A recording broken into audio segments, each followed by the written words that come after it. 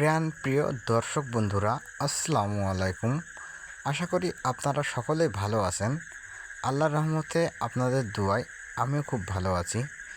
ভিডিওটা দেশ প্রবাস থেকে যারা দেখতেছেন তারা অবশ্যই একটু খেয়াল করে দেখবেন। আমরা একটা মোটামুটি বাজেটের ভিতরে একটা ছাদে বিম একটা ছাদ ঢালাইয়ের কাজ, ছাদের রড ব্যান্ডিংয়ের কাজ চলতেছে। প্রথমত আমরা বিমগুলো বেঁধে নিচ্ছি কীভাবে বিমে রিংগুলো বাঁধতে হবে। বিমটা কিন্তু খুবই সুন্দর। এই বিমটা করা হবে কিন্তু 12 ইঞ্চি বাই 10 ইঞ্চি এই বিমটা করা হবে, কারণ হাইট হবে 12 ইঞ্চি আর আপনার আড়ে হবে 10 ইঞ্চি। সেক্ষেত্রে আপনারা অবশ্যই আমাদের এই ভিডিওটা দেখবেন। দেখে আপনারা আমাদের এই ভিডিওটা দেখে তারপরে বাড়ির কাজ শুরু করবেন। সেক্ষেত্রে আপনারা অনেক কিছু বোঝার আছে এবং অনেক কিছু জানার আছে।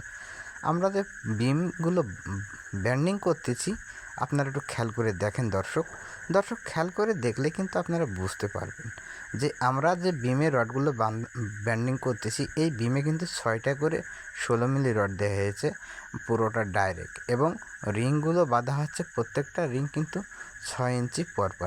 আমাদের যে টোটাল যে ছাদে যে বিমগুলো আছে সেই বিমগুলো আপনারা সম্পূর্ণটাই দেখতে পারবেন আমাদের এই ভিডিওর মাধ্যমে। আপনারা আমাদের সাথেই থাকেন।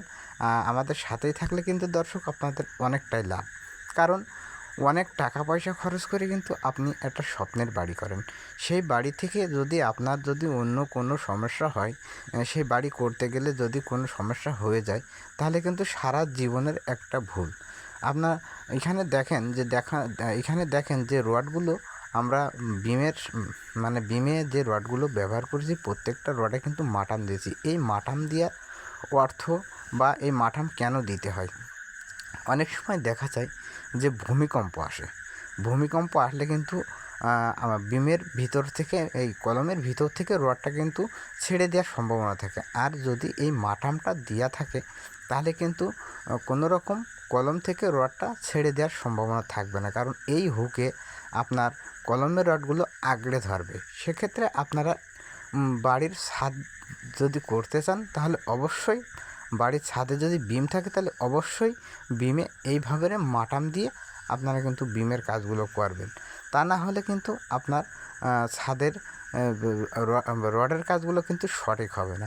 সঠিক নিয়মে কিন্তু এই কাজগুলো করতে হবে, এবং এই কাজগুলো করতে আপনাদেরকে একটু মোটামুটি কিছু টাকা খরচ হবে, তারপরেও কিন্তু আপনার কাজটা অনেক পারফেক্ট হবে।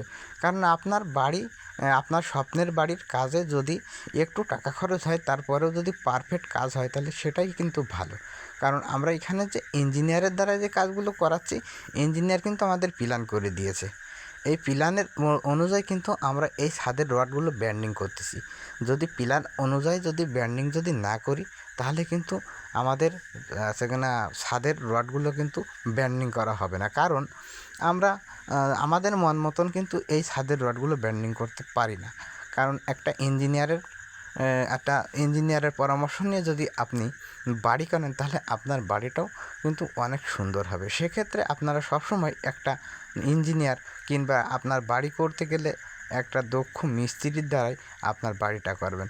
কারণ আপনার বাড়িটাতে যদি ইঞ্জিনিয়ার আর দক্ষ মিস্ত্রিদের দ্বারা যদি আপনি বাড়ি করেন তাহলে আপনার বাড়িটা কিন্তু অনেক সুন্দর হবে।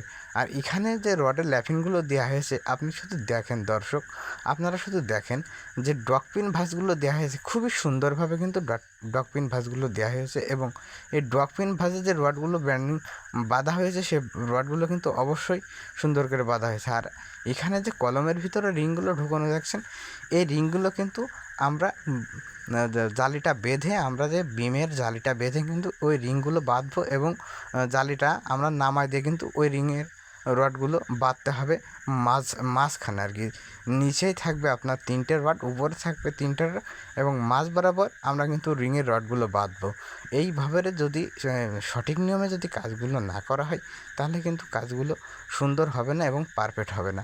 সবসময়ের জন্য ভাববেন যে মালিক মহাজনকে ঠকাতে গেলে কিন্তু নিজেদেরও মিস্ত্রিদেরও কিন্তু ঠকতে হয়।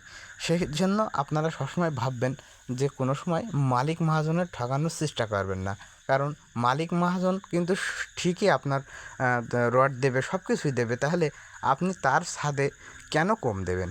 সেক্ষেত্রে আপনারা মালিক মহাজনের ঠকানোর চেষ্টা করবেন না, তাহলে কিন্তু নিজেদেরও